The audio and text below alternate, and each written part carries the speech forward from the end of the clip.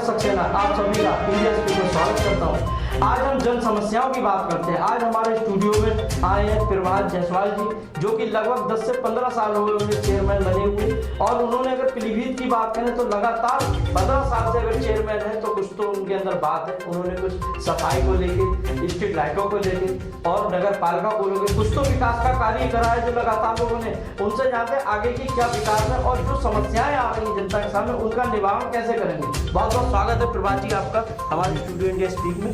धन्यवाद। सबसे पहले तो मैं इंडिया स्पीक्स के टीम का हृदय से आभार व्यक्त करना चाहूँगा कि उन्होंने शहर पीलीभीत में अपना स्टूडियो बनाया। पंकज जी लगातार कई सालों से मैं देख रहा हूँ, सुबह शाम अपना मेहनत करते रहते हैं, मैं उनको भी हृदय से बधाई देता हूँ। धन्यवाद। रही बात नगर पालिका के कामों की, नगर पालिका सुबह से शाम तक रोजाना जन समस्याओं से निपटती है, चाहे वो नाली की समस्या हो, चाहे रोड की समस्या हो, चाहे लाइट की समस्या हो, चाहे अतिक्रमण की समस्या हो, राशन कार्ड की समस्या हो, वोट बनने की समस्या हो, तमाम काम जो हैं जो वो जनता से जुड़े हुए हैं वो नगर पालिका से जुड़े हुए हैं। और मैंने हमेशा प्राथमिकता के तौर पे काम किया है। शहर में काफ़ी सड़कें मैंने बनाई हैं, स्ट्रीट लाइट को भी बहुत लाइटें मैंने लगवाई हैं, सारा काम सब किया सरकार के सहयोग से ही है।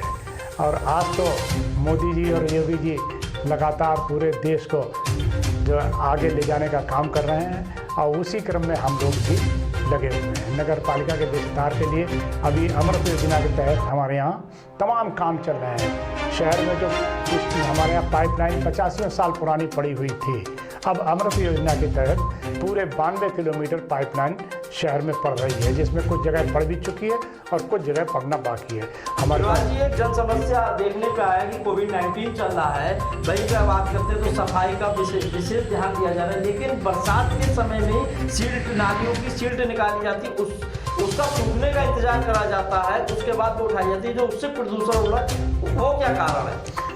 ठीक बात है आपकी। एक्चुअली सिल्ट जब निकलती है तो गीला होता है और सिल्ट के साथ साथ पानी भी निकलता है। अगर हम उसी वक्त उसको ट्राली में भर देंगे तो पूरा शहर गंदा हो जाएगा, इसलिए ये इंतज़ार किया जाता है कि पानी निकल जाए, उसके बाद जो उसकी सूखी सिल्ट रह जाती है उसको हम निकलवाते हैं। आगे हमारी योजना ये है कि जैसे पानी के टैंकर बनते हैं ऐसे ही हम ट्राली बनवाएंगे और उस ट्राली में डायरेक्ट सिल्ट निकाल के और उसमें डालेंगे।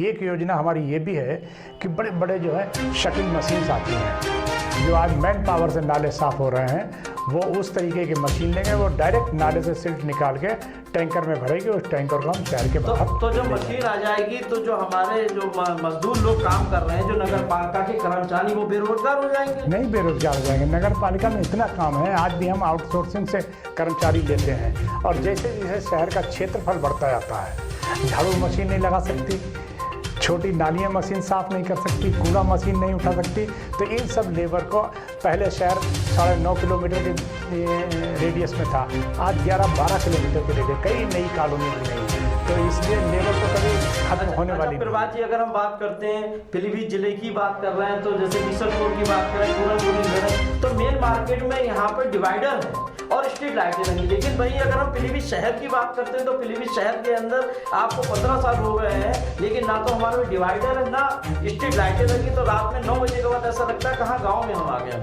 बिल्कुल ठीक बात है। स्टेशन रोड और जेपी रोड इतने पतले रोड हैं कि अगर हम उसको बीच में डिवाइडर बना देंगे तो आदमी को निकालने में निकल नहीं सकता फिर आदमी, और अगर इत्तेफाक से कहीं कोई ब्रेकडाउन हो गया, कोई गाड़ी ख़राब हो गई तो फिर तो निकलना ही संभव नहीं है, जब तक कि जिला प्रशासन और कोर्ट इसमें आदेश नहीं करेगी कि जब इसका डेवलपमेंट करना है तो फिर इनकी रोडों की चौड़ाई बढ़ाई जाएगी और रोडों की चौड़ाई बढ़ने के बाद ही इसमें डिवाइडर बनना संभव होगा।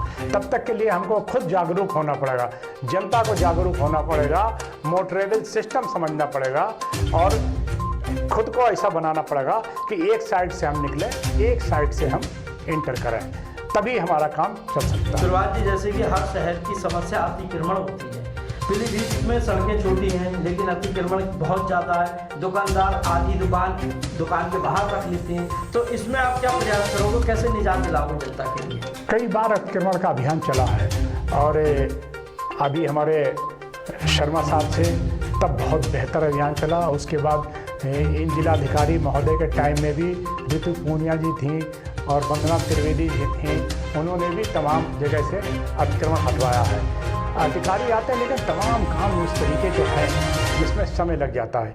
ये भी होगा, अतिक्रमण भी हटेगा और रास्ता साफ दिखाई देगा। अभी हाल ही में जो सिटी मजिस्ट्रेट है, इन्होंने तो कोई कार्य नहीं करा, आपका सहयोग नहीं कर रहा है नगर पालिका में? नहीं, बिल्कुल सहयोग कर रहे हैं। अभी उनको आए हुए कितने दिन हुए, जब से आए तब से ये कोरोना का काम हो गया है, तो अब अधिकारी को समय कहाँ मिलता है बैठने का। अच्छा, बिल्कुल करेंगे। आप भविष्य में जनता के लिए आपके क्या योजनाएं हैं नगर पालिका की, जिससे उन्हें स्वच्छ जल, स्वच्छ आबो हवा और स्वच्छ सड़कें मिल सकें? 3 बातें हैं। सर्वप्रथम जल निकासी का काम है। कई कॉलोनियाँ ऐसी बन गई हैं जहाँ जैसे नक्टदाना के पास साईं धाम कॉलोनी है और आपका KGN कॉलोनी है, इधर बने हैं, इधर संजय रॉयल पार्क बने हैं। इनका पानी का निकास नहीं है। इधर फील खाना मोहल्ला है जो नीचा है, वहाँ भी पानी का बरसात आती है तो पानी भर जाता है। मिर्च मंडी है, कल्ला मंडी, कई जगह पॉइंट ऐसे हैं जहाँ बरसात में पानी भर जाता है। तो हम लोग उसको प्रयास करते हैं और लगभग आधे घंटे में सारा पानी का निकास हो जाता है। लेकिन उसका परमानेंट हल हम सोच रहे हैं कि सड़कें ऊंची करा देंगे और इधर कचहरी से लेकर के और नक्टेदाना तक पूरा नाला बनाने का हमने प्रयास किया था, लेकिन पेट्रोल पंप की वजह से कुछ कानूनी अड़चनों की वजह हाई कोर्ट में मुकदमा डाल दिया, पेट्रोल पंप माना उस वजह रुक गया। लेकिन वो भी हम लोग निपटाने के प्रयास में हैं और जिलाधिकारी महोदय जब थोड़ा सा तसल्ली से बैठ जाएंगे तो उसमें भी वार्ता करके निपट जाएगा। तो सबसे पहले नाली का प्रयास है, उसके बाद फिर ये प्रयास है कि हम वृक्षारोपण करें। वृक्षारोपण के लिए चौड़ी सड़कें ही जरूरी है। हमने कई जगह किए भी हैं और कई जगह खाली जो नगर पालिका की जगह पड़ी हैं वहाँ भी हम लोगों ने किए हैं। और जहाँ जहाँ तालाब हैं नगर पालिका के, उनमें भी वाटर हार्वेस्टिंग का और पानी के भराव का सब इंतजाम हम लोग कर रहे हैं। जहाँ जहाँ पटान हो रहा है, ये तो मैं कहूँगा कि जिलाधिकारी महोदय पूरा संज्ञान लेते हैं। अभी परसों ही मैं अखबार में पढ़ रहा था कि एक जगह पटान हो रहा था, वो शायद आपके अखबार वालों ने ही उसको उछाला था, तो वो पटान भी रुक गया। तो जब तक जल का स्थायी जमाव नहीं होगा तालाब जैसी जगह में, तब तक जो है ये पर्यावरण में फ़ायदा नहीं मिलेगा हमको। अभी कोविड-19 चल रहा है, कोविड-19 को देखते हुए शहरवासियों से, देशवासियों से आप क्या अपील करते हैं? शहरवासियों से मेरा यही अनुरोध है, यही अपील है कि ये ऐसी बीमारी है कि जिसका इलाज अभी संभव नहीं है और पता भी नहीं लगता। जो नौजवान आदमी है जिसकी इम्यूनिटी अच्छी है, अगर उसको इस वायरस ने घेर लिया तो उसको 10-15 दिन लग जाते हैं, तब तक वो तमाम कितने आदमियों को संक्रमित कर चुका है ये मालूम नहीं पड़ता। तो सबको ये चाहिए कि सोशल डिस्टेंसिंग रखें, अच्छा खान पान रखें, अपने आसपास साफ सुथरा रखें और भीड़ ना इकट्ठी करें। चाहे वो किसी चीज़ की भी दुकान हो, कोई भी अधिष्ठान हो, कहीं भी कोई दफ्तर हो, भीड़ ना इकट्ठी करें। और जहाँ जहाँ उनके लोग आते हैं अपना साबुन से हाथ धोएं, सैनिटाइजर का प्रयोग करें।